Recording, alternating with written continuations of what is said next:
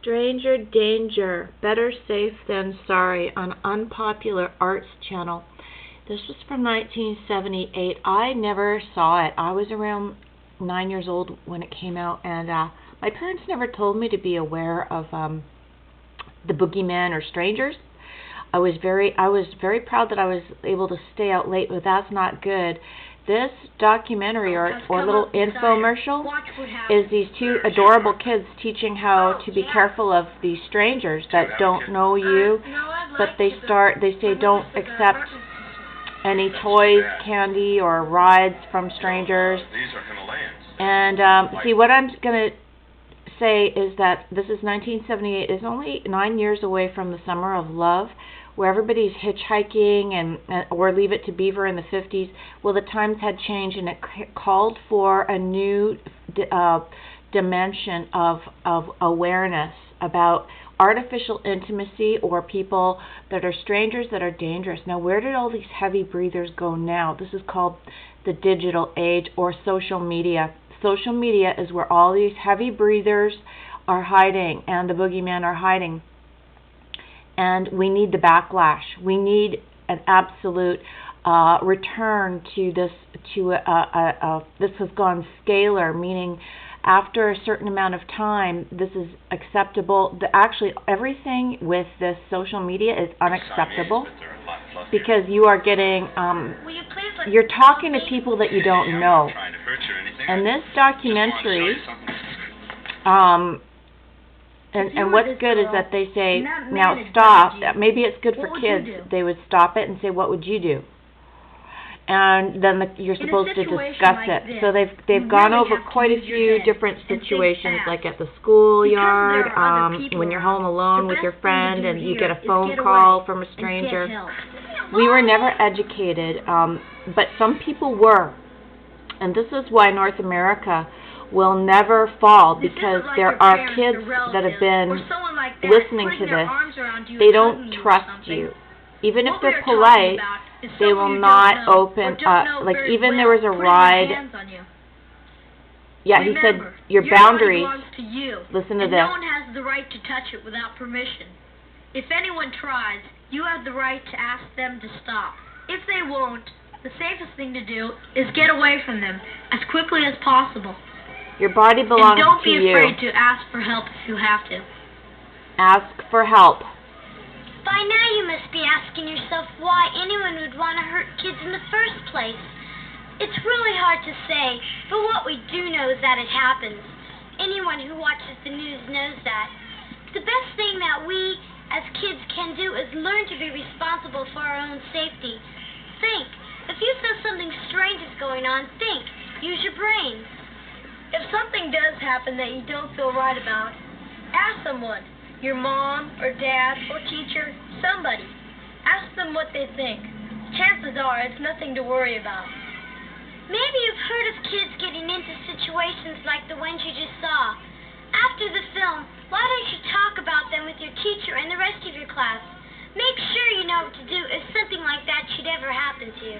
Chances are it never will, but there's no need to take chances. It's better to be safe than sorry. That's right. It is better to be safe than sorry. Thank God for this little short, 13 minutes that I never saw when I was a kid, but I know that a lot of the kids that I knew had seen it. And I always thought they were a little bit overly reactive because I was a little bit of a commie socialist when I was a kid, because I was I was very multinational myself, multicultural. And so I just thought, wow, people are sure overreacting to strangers. Like, we had the flashers, we had the boogeymen, we had men in the long raincoats in the neighborhood. Like, there was always these things. And they even tell you when you're walking along the road, if you see somebody coming behind you, you just start walking in the opposite direction. Or if you're waiting for a bus and someone just says that they know your mother and that you don't know very much, don't just take a ride with them. That kind of a thing. So this is excellent, and this is why North America is going to rise up, and because this is in our genetic memory, it's in the memory of everyone who's been alive, and even in their kids and grandkids. So don't even bother trying with this social media, because I know social media has erased all of these boundaries, because people are talking to strangers. I mean, I know 90 Day Fiance is entertaining to watch, but think about it. These people are getting engaged to people they've never met before. That's not the American and North American way. Like, to accept, candy or toys or food from strangers might be okay if you are an Iranian living in Iran, or if you're a Chinese person living in China, or if you're a Thai person living in Thailand. That's okay. This is North America. This doesn't happen here. This is a dangerous place. We had the heavy breathers. We have smut and pornography. We have everything.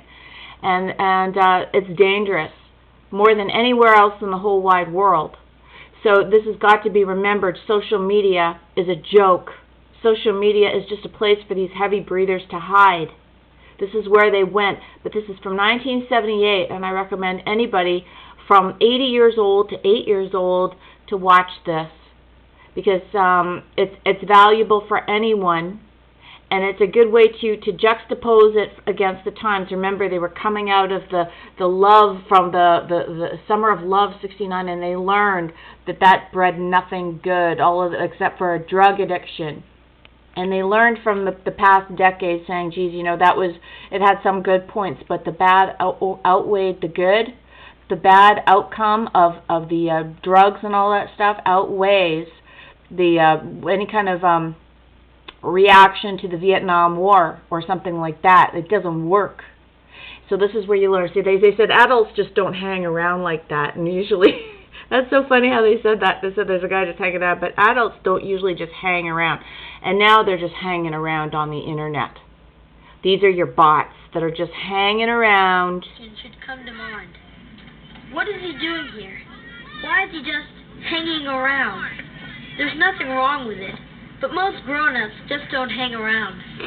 Let's watch Yeah, because they got things to do, because back in the day, especially back in those days, grown-ups were busy because they had to make the beautiful doors, or like instead of the beautiful doors and furniture and carpets that we had in the 70s, now it's all made in China. So all these adults, now everybody's just hanging around loitering.